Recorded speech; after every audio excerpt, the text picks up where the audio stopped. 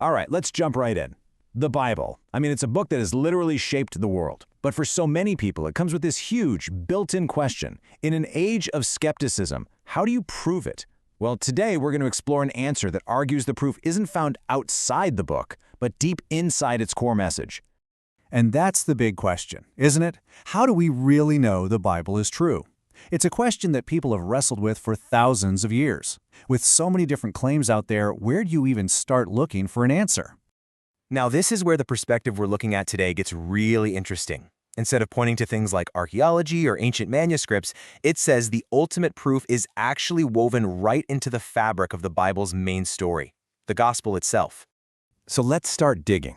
We're on a search to understand how the Bible presents its own proof, its own claim to be a special message, a special revelation directly from God.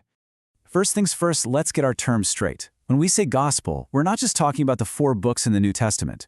We're talking about the entire overarching message of the whole Bible. It's the good news that's all about a series of promises that God made, which the Bible calls covenants, and how those promises ultimately came true in the person of Jesus Christ. And this idea brings us to the very structure of the Bible. Usually think of it in 2 parts, Old Testament, New Testament. But what if that's not just a way to organize the books? The source material we're looking at says that testament really just means covenant. So it's not old and new books, it's the old and new promise. It's a totally different way of looking at it. And the Bible itself talks this way. Right here in 2 Corinthians, the Apostle Paul uses that exact phrase, the Old Covenant. This shows that this whole idea of covenants isn't something we made up recently. It's the very framework the biblical writers themselves were using to understand God's plan. This slide breaks it down perfectly. On one hand, you have the Old Covenant. This was the promise God established with the nation of Israel through Moses, way back at Mount Sinai. On the other hand, you have the New Covenant. This is the promise for all people, established through Jesus Christ, and sealed not with ink, but with his own blood on the cross.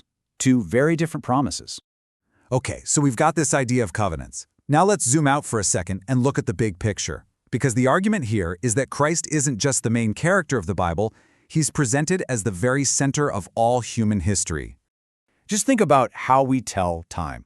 Our entire global calendar, the one we all use every day, it literally pivots on one single life. Everything is either BC, before Christ, or AD, Anno Domini, which is just Latin for in the year of the Lord. When you really stop and think about it, that's an absolutely staggering claim to make.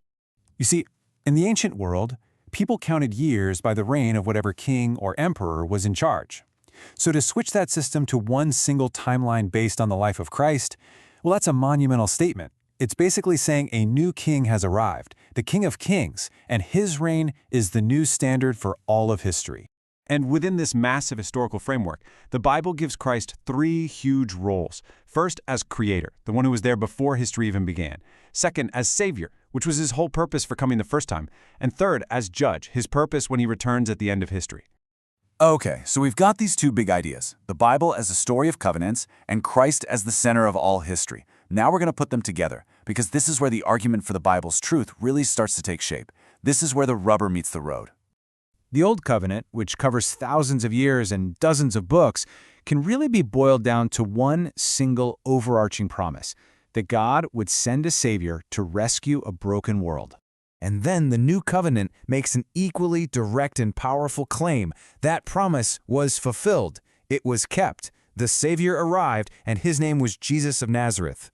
And get this wasn't just an idea that his followers came up with later. According to the Gospel of Matthew, Jesus himself said this was his mission. He said, "Do not think that I have come to abolish the law or the prophets. I have not come to abolish them, but to fulfill them." In other words, he saw himself as the grand finale of everything that God had been promising for centuries. So what? What does all this mean for us today? Why does this pattern of promise and fulfillment actually matter right here, right now? This table really sums up the whole argument. You see, the first big promise, that a Savior would come, is presented as fulfilled. It happened through the life, death, and resurrection of Jesus.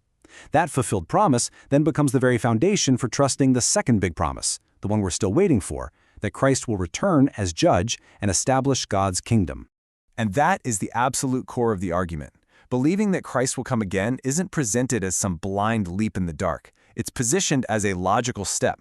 The reasoning is, if God kept the first, massive, centuries-long promise, then there's a really solid reason to trust that He's going to keep the second one. The past proof is the foundation for future hope.